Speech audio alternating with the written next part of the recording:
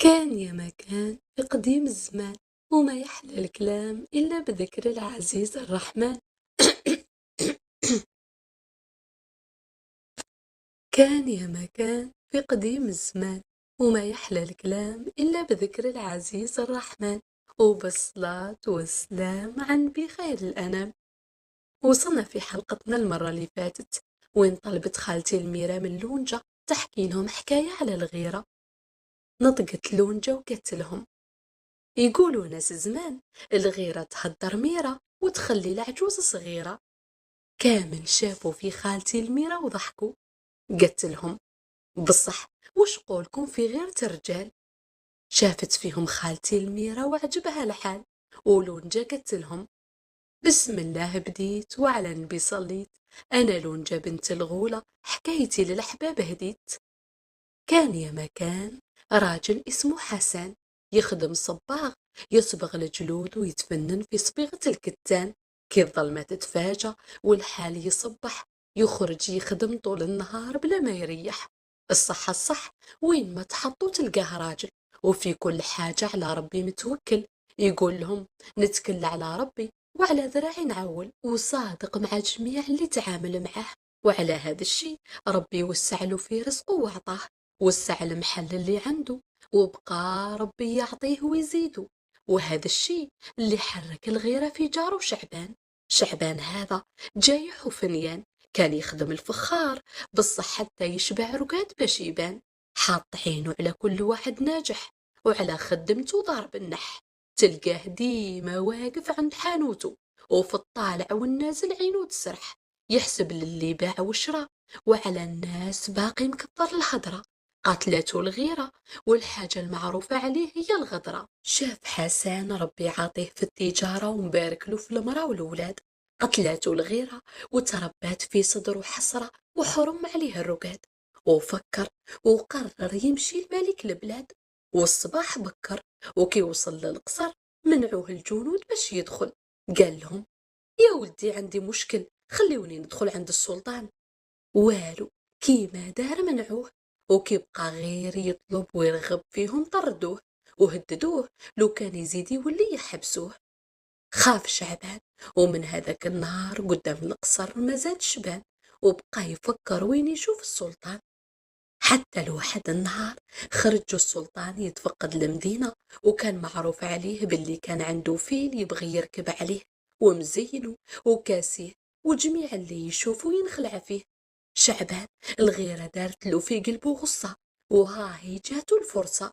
كي شاف السلطان مشى يجري ليه، ومن بين الناس عيط عليه. قال له: يا سيدي السلطان، جيتك شحال من مرة للقصر وطردوني الجنود، حتى وقلت لهم باللي راني جايب لك واحد الخبر. السلطان قال للوزير: خليه يجيني غدوة إن شاء الله، اليوم ما نقدرش نسمع له. بالفرحة شعبان ما رقدش الليل، ومن كثرة ما كان مقلق فات عليه الوقت طويل. والصباح بكر ومشى قاصد القصر، وكي دخل على السلطان صبح عليه، وها هو السلطان يستنى فيه يقول له هذاك الخبر. وقال له: خير ما جابك؟ قال له شعبان: يا سيدي السلطان، الخبر يخص الفيل اللي عندك، على بالي باللي معزته كبيرة في قلبك، حتى ومزينه وكسيه، باقي فيل كيفو كي غيره، بصح قادر تغيره. وهذا الشي يا سيدي السلطان ما يقدر له غير جاري الصباغ حسن، صباغ شاطر في صبيغة الجلود والكتان، وخدمته المتقونة يهضروا عليها في كل مكان. أمر السلطان يجيبوا له حسن، وكي يوقف حسن بين يديه رحب بيه وقال له: عندي خدمة ليك، وراني عارف باللي غينت اللي تقدر عليها. قال له حسن: يا سيدي السلطان، لو كان نقدر عليها والله ما نبخلك. قال له السلطان: ما كنتش رايح نعيط لك، لو كان ما شكرك لي شعبان جارك، وراه على بالي باللي قعدتوا مع بعضاكم، ورايت عليه تصبغ لي الفيل ابيض، وانا راني موافق ومقلق وقت نشوفه باللون الجديد ومتشوق، وراه قال عليك باللي معلم. حسان كي سمع هاد الهضرة تصدم، وكي عرف باللي هذه خطة من شعبان جارو طول وهو يخمم. قال له السلطان: شفتك ساكت. وهنا حسن تكلم، ومن جاره الحساد بغى ينتقم. قال له: يا سيدي السلطان، أنا إلا بغيت نصبغ الفيل نحتاج ماعون كبير تاع الفخار باش نحط فيه الفيل ويسهل عليا صباغته، وهذا الشي ما يقدر له غير جاري شعبان، وغير هو اللي يتقن صنعته. أرسل له السلطان وأمره يخدم ماعون كبير تاع الفخار. وهنا شعبان عرفها باللي حيلة من حسن، بصح ما لقى ما يقول قدام السلطان. وعطاه السلطان 3 أشهر، ومشى شعبان لحانوته وعينه يطاير من هالشر، وجاب جماعة من الخدامين يعاونوه باش يخف يكمل وينتقم من جارو حسن، وبصباغة الفيل يحصلوا. وكمل الماعون في هذيك الأيام اللي عطاها له، وجابوا الفيل وغير حط فيه رجله الماعون تكسر. حسن مشى للقصر يوصل للسلطان الخبر. السلطان أمر شعبان يخدم ماعون آخر، وهذا المرة أعطاه 6 أشهر. مشى شعبان وبدا يخدم وحالف يتقن الخدمة باش نهار ينتقم منه ينتقم بلا رحمة. وبقى حسن يخدم خدمته وهو فرحان، وشعبان سمح في خدمته وبقى متلاهي يغيب خدمة الماعون اللي ينصبغ فيه الفيل، وغبر وقت طويل وكامل ما بقاش يبان. وكملت المدة اللي عطاها له السلطان، وها هو الفيل جايبه حسن، والفيل غير حط رجليه الماعون تكسر. وشعبان من الخوف والغيظ قلبه يتعصر، ومشى حسن للقصر يخبر السلطان بالخبر. زعف السلطان وعطى لشعبان فرصة أخرى، وقال له لو كان ما تنجحش هذا المرة ندخلك للحبس. وبقى شعبان يخدم وقلبه بالخوف باغي يحبس، وكمل العام وهو في الماعون خدام. وها هو كمل وحسن جاب الفيل وفي الماعون لمتين دخل، والماعون كي العادة تكسر. السلطان غضب وما بقى فيه ما يزيد يصبر، وحكم عليه بعام حبس. هزوه الجنود الداوه ونفذوا فيه الأمر. وهنا حسن اعترف وقال له يا سيدي السلطان، أنا من الأول كنت عارف باللي الفيل ما ينصبغ، بصح منك يا سيدي كنت خايف. الحاصل هذه غير خطة دارها شعبان جارو هذاك التالف، كي الغير عماتو، ولو كان قنع غيب صنعتو لو كان كفاتو، وهو كان ديما طامع وضيع شحال من فرصة جاتو، وبسبب الغيرة والحسد ضيع وقته. وها هو سمح في صنعته ودخل الحبس وخلى مرته ووليداتو. قال له حسن يا سيدي السلطان، أنا من بكري عايش في حالي، كي شفتو بغا ياذيني طيحتو في الحفرة اللي حفرها لي. وهنا السلطان شكره وعلى الحكمة اللي فيه والذكاء تاعو قدره، وكلف الوزير يتعامل معاه، وزاد ربي يوسع له في رزقه من الخير اللي ياسر عطاه. قالت لهم خالتي الميرة باش تعرفوا باللي الغيرة تكون في الراجل وفي المرأة. قالت لهم خالتي عامرة ما نقولوش الغيرة في المرأة مليحة، بصح لا وصلت لقلوب الرجال وسيطرت عليهم تولي فضيحة. التنين وين ما تكمل حكاية تلقاه يشوف في الحاضرين يلقاهم فرحانين وراضيين. نطقت عيشة وباندو في رحبة وقالوا لها ما نقولوا لكش الحكاية ماشي زينة، بصح والله كرهنا وملينا وما بقينا عارفين الليل من النهار من حبسة هذا الغار. شوفي لنا كاش حكاية على شي أمير ولا أميرة، وبركينا من حكاية الحسد والغيرة. بسمت لونجة وفهمت المقصود، وقالت لهم خليونا حتى الليلة غدوة ونشوفوا باش ربي علينا يجود. والمشعوذ الشرير مقابل المجمر ومركز الشوفة على لونجا والتنين الخضر، وذيك التبسيمة والرضا اللي على وجوههم خلاته متحير. والحاجة اللي محيراته أكثر الجنون اللي يخدموا عنده وقت الحكاية الكل يكونوا حاضرين. لونجا حتى وجات تونس الأميرة والتنين الخضر، بصح كل واحد في الحاضرين تبغي دير له الخاطر. وكنا شفنا عيشة وباندو الحكاية اللي طلبوها، وهي راهي عارفة البنات في هذا السن الحكايات اللي يبغوها. شافت فيهم وهي متبسمة وقالت لهم الحب نعمة، بصح ما فيها والو لو كانت تكون في حكايتنا حكمة. شافت فيها خالتي عامرة وهزت راسها وقالت لهم هاي الهضرة، ايوا صلي على النبي يا بنتي واحكي الحكاية اللي نويتي. قالت لهم لونجا بسم الله بديت وعلى النبي صليت، انا لونجا بنت الغولة حكايتي للحباب هديت. شافت في التنين الخضر وقالت له يقولوا ناس زمان العود اللي تحقر ويعميك، وحكاية الفارس المجهول توريك باللي ماشي غير انت اللي الدنيا لعبت بيك، والدنيا هذه دوها الصبر، واللي نغدر ولا زهر وتعثر لابد يجي النهار وتتفاجأ عليه. والأمل اللي في حكايتنا الليلة كان ما بيه ما عليه، عايش في ظل والديه، وملي كان صغير باباه الملك يعلم فيه باللي الدنيا هذه غدارة، واللي يأمن فيها يجي النهار وتغدر بيه. ويقولوا الصنعة سلاح مولاها، انت غير تعلمها وانساها، خاطر يجي النهار وتحتاجها، وكي تحتاجها تلقاها. على هذا الشي الأمير شحال من صنعة تعلمها، حتى لو كان أمير ما يتكبر ما يزوح على الغير، وكان متعلم بالفروسية ويبغي يصيد، وكان كل مرة يدي صحابه معاه ويمشي للغابة ويبعد. واحدة المرة خرجوا يصيدوا كالعادة، وداو معاهم كلاب الصيادة، تراهنوا شكون يصيد غزال هو الأول. تفرقوا وكل واحد فيهم مشى مستعجل، بقى الأمير يتمشى في الغابة حتى همل، وكي شافوه صحابه غابوا طول، مشاو للملك وخبروه. الملك شك باللي صحابه غدروه، بعث جيش للغابة يدور، وكي ما لقاوه شكواوه بالخبر.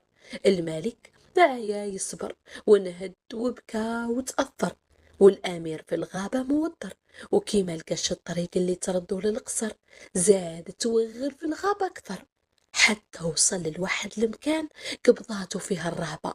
وهنا العود جفل ومن فوق ظهره رماه، حتى لو كان أصيل اسمح في مولاه.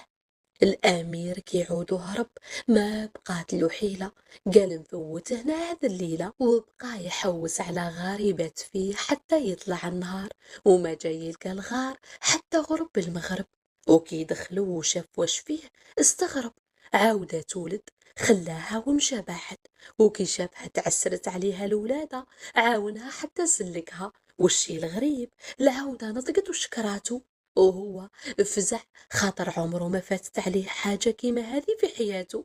وحكى لها على الشي اللي صرالو، قالت له كل حاجة ربي يديرها لنا في الطريق فيها خير، وانت راك معانا حتى ربي يأذن ويجيب لك التيسير. اتعلم تعتمد على روحك، ما راكش ضامن تكمل حياتك أمير. الأمير من ذاك رباه باباه تربية صحيحة، جاتو نصيحة العودة مليحة، وكيف العودة رجع حتى هو ياكل الحشيش باش يقدر يعيش، ومرة يصيد، وربى معاه المهر الصغير حتى ولا عود. والدنيا هذه ما دايما الحد، العودة ماتت والأمير بكى عليها، ومشى حفر لها ودفنها وتهلا في ولدها. المهر اللي كان صغير ولا عود كبير وصحيح، وبالسرعة تاعو يسابق الريح. كي نطق قال للأمير وين تأمرني نديك؟ قال له نقدر نتكلى عليك توصلني لقصر الملك، بصح قبل ما تديني خبرني كيفاش راك تهدر. سقسيت العودة قبلك وقالت لي خليني محافظة على السر. قال له العود كل واحد وله حكاية، وحتى حاجة في هذه الدنيا ما صدفة، وحنا تعلمنا نحكم على الأمور اللي باينة، والسر ربي دايره في الشي اللي خفى. الأمير من هضرة العود تعجب، والعود قال له خف اركب. وركب الأمير بالخف، وما طول ما قصر حتى لقى روحه قدام باب القصر. كي شافوه الجنود عرفوه، مشاو يجريو للملك يخبروه. الملك فرح بولده اللي عاش عليه بعيد، ودار حفلة واعلن على هذاك النهار يردها عيد. بصح الفرحة ما كملتش، ماتت أمه اللي استناته سنين، وباباه اللي كان طول عمره حنين تزوج بأميرة صغيرة زينها يهبل، بصح كانت ماكرة وشريرة، كانت تكره الأمير وما تبغيلوش الخير. وهو قلبه خبره من اللي جا من الغابة ما حكى حتى الواحد سره، ويفوت وقته غير مع هذاك العود. وهي أعطاها ربي وجابت ولد، وبغاته هو اللي يخلف باباه، ومن التخمام ما بقاتش ترقد، وبقات ترسم وتخطط باش من طريق ولدها يبعد، وبقات تتبع فيه حتى عرفت باللي كاين سر في العود اللي مربيه، وعرفت باللي منو جاتو هذيك القوة. قالت خلي نتخلص من العود ونعاود نتخلص منه هو. وفكرت ولقاتها الصبحة مريضة ومرضى كبيرة داتها، واللي شربتها وكلاتها ما نفعتها، وحتى حاجة ما داواتها. وكي شافها حكيم القصر قال للملك: حاجة واحدة اللي تداوي لها السلطانة. قال له الملك: خف خبرني واش هي. قال له: كبدة عودك حل مشوية، والعود ما تكون فيه حتى مارة، ويكون قوي ومولاه من سلالة الأمارة. الأمير ماهر تعجب من هاد الهضرة، وباباه الملك بلا ما يخمم أمرهم يذبحوا عود ولدو الأمير. والأمير قدام أمر باباه ما لقى ما يدير، بصح طلب باباه يركب عودو غير مرة. يمشي يضرب به دورة، خاطر عارف مرت باباه حيلية، والحاجة الظاهرة انه الخطة هذه ما تكون دارتها غير هي. وركب على عودو ومشى بعد، انطق العود وقال له: واش يا سيدي الامير، سخيت بيا؟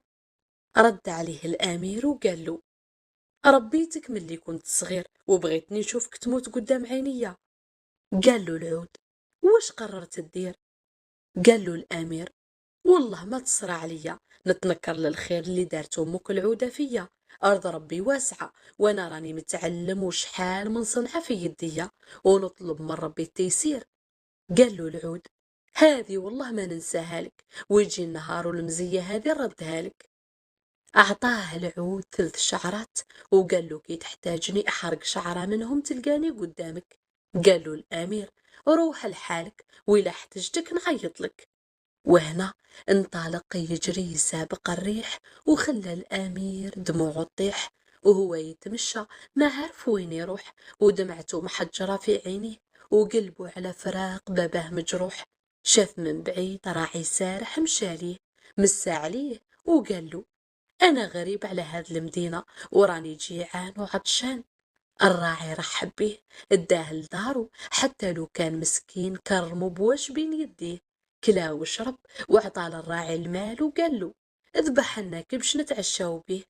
الراعي استغرب، بصح دار هذاك الشي اللي أمروا به. وكي تعشاو وكملوا، طلب منه الأمير يتبادلوا القش، ويجيب له هذيك الكرشة تاع الكبش. قال له الأمير: بغيت نشري القش اللي فوقك.